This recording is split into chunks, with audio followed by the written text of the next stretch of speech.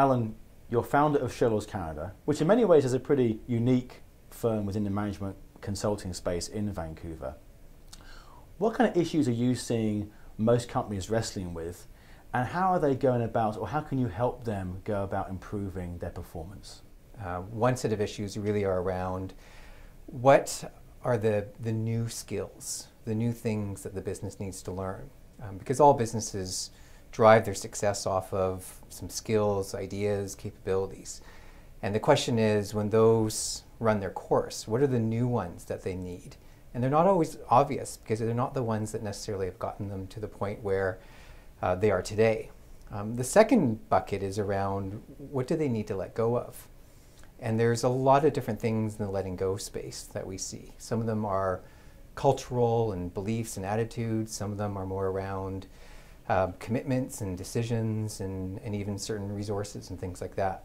When you go and see them, what are the first things you instigate within the management team that's there to actually get them thinking in the right way about the issues that they're facing? And so we'll spend some time really getting clear on what those issues are and what's sitting behind them. And for the team itself to have some say and power around choosing what are the sort of things that they need to focus on. After that first phase, then we go into what we call a design phase. And design is just a fancy word for how are we going to make this change. And the change always requires two things. It requires what is the right change to make, and how do we create the alignment of people in the business around that change. You have several consultants working within the Vancouver area. How would you describe your personal leadership style?